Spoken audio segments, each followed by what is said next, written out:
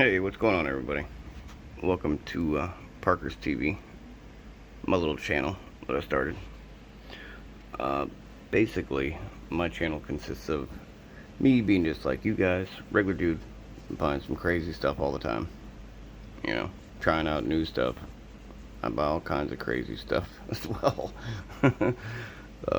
My latest purchases is LG 27-inch 1440p 240Hz OLED. That's what you're currently looking at right now. And I apologize because as of right now, obviously I'm a new channel. I don't have a designated camera and whatnot. And, you know, I probably won't get one unless I get a little bit more viewers and such. Subscribers, I should say. But this is my older Asus 240Hz LCD monitor. 1080p, 24.5-inch, 280Hz overclocked, 240Hz standard. It's about like $200 on Amazon. I've had it for a couple years. Great monitor, zero complaints. Aside from, obviously, I mean, the obvious differences. I mean, you can see the reds. You know, the colors on the OLED are obviously leaps and bounds better. There's no comparison, as everybody would know. Now, what I've noticed most with the OLED is a lot of people complain about the matte coating, you know, and I can honestly say that that's a non-issue, to be honest. This is my PC. As you can see, it sits right next to it. Has a decent amount of RGB in it. And as you can tell, there's not a single reflection on it. Now, if you had a glossy coating, you would see nothing but reflections. Now, with that being said, the OLED obviously is far superior in color. Now, would it be better with a glossy screen? Yes. Is it the end-all be-all that it has a matte screen? Absolutely not. Especially if you don't already own an OLED, it's gonna blow your mind as far as the colors and the blacks are concerned. Okay, but now my biggest issue with this monitor is a lot of people had talked about it not being bright enough. You know, and I'm just a regular gamer, you know, average Joe, not a professional, but I do prefer a 240Hz monitor. I mean, that's kind of why I built this for. Now, what is interesting is you see I have it on Gamer 1. Now, on Vivid is perfect. Okay? Like, Vivid is exactly where it should be as far as I'm concerned with brightness. And me, I'm not one who likes a super bright screen. You know, as you can tell, I keep my room dark for obvious reasons. I mean, I have nice thick curtains.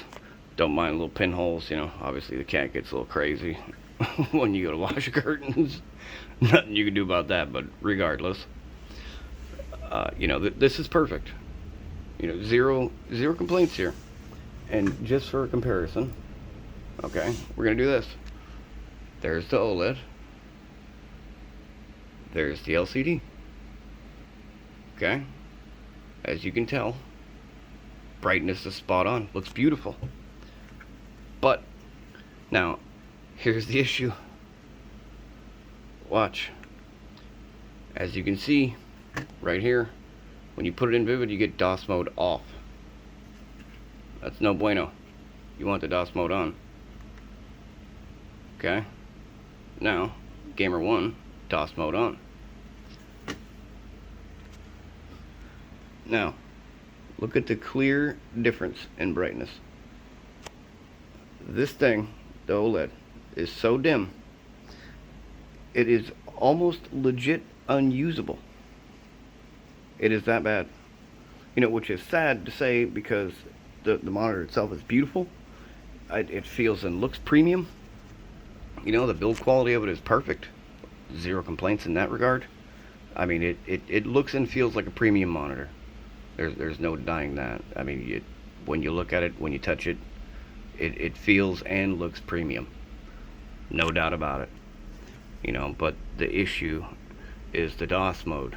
You know, that's kind of basically what the DOS mode is. It reduces lag, in essence. But I mean, you can tell. I mean, just look at, focus on this right here, the Pro Grade memory card. Okay, Gamer 1. Trying to do this here, bear with me. Now, can you see how much brighter everything got on Vivid? Now, like I said, Vivid is perfect. It is absolutely perfect and beautiful. But like I said, the problem is no DOS mode. DOS mode shuts off. That's a big issue when gaming. Excuse me. Now, the LCD obviously doesn't have a problem with brightness, but it does have a problem with colors, as you can tell. I mean, just look at, like I said earlier, look at the reds. Okay, look at the reds right there, just in the window. It is insane, the color on the OLED. I mean, when it comes to the colors and stuff, the OLED is simply unmatched. And the other thing I'd like to say too is that as far as like the 1440p versus 1080p, I mean, really, in 100% honesty, it's not like mind-blowing. I was really caught off guard by that because I was expecting it to be really way better looking, but it's simply not the case. Does it look better? Yes, but I mean, is it mind-blowingly better and more crisper and clear? No, I'm gonna have to say no. Definitely not. I mean, it's gonna be slightly harder to run because it's 1440p. 1080p is obviously much easier to run, and like I said, this is a 24.5 inch, and you already know this is 27.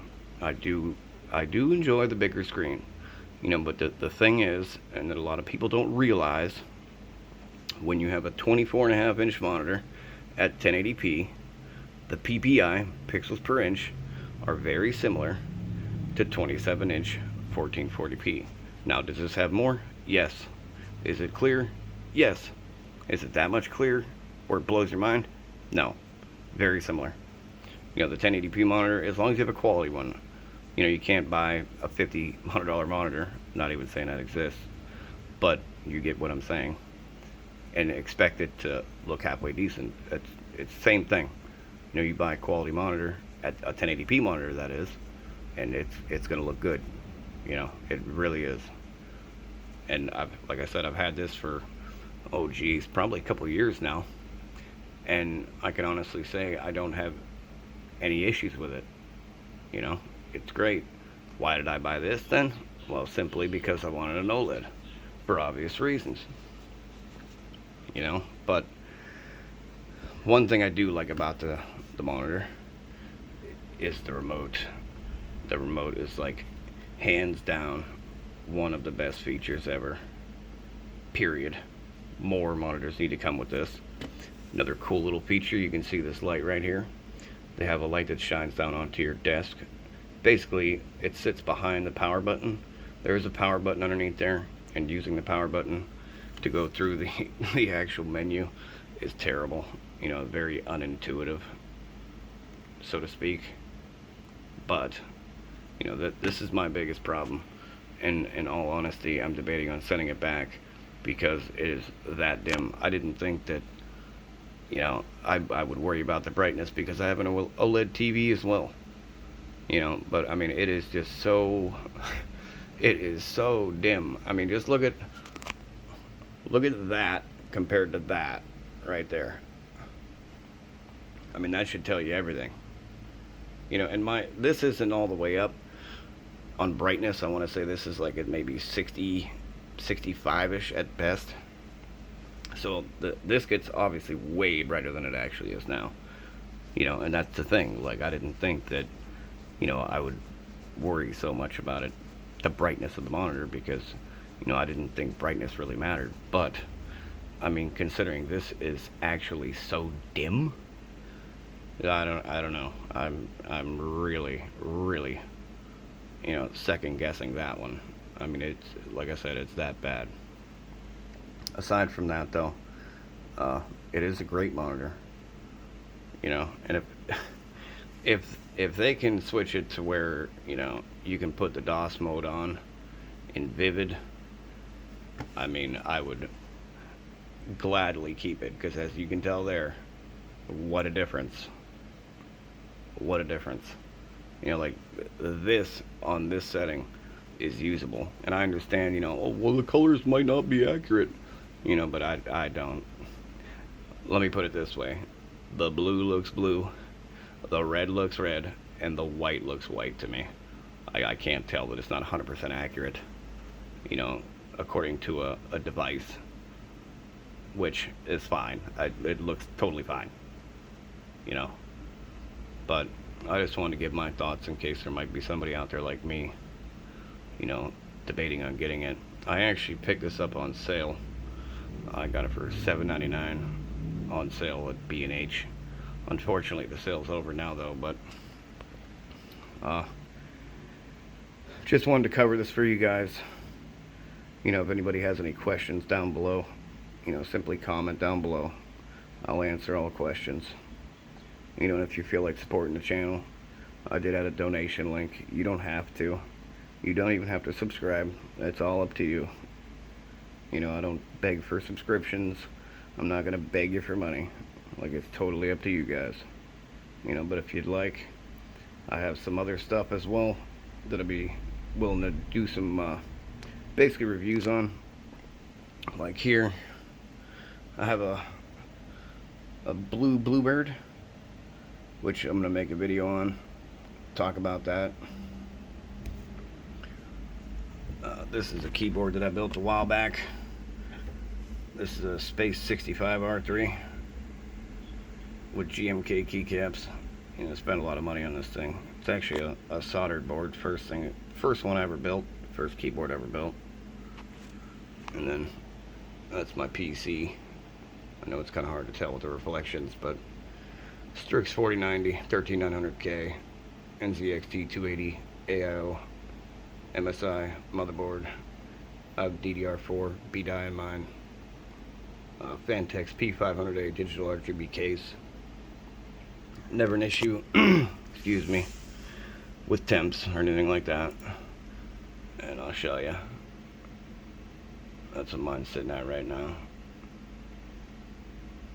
You know, it's pretty hot right now, so. But that's all for now. Until next time, I'll talk to you guys later. Peace.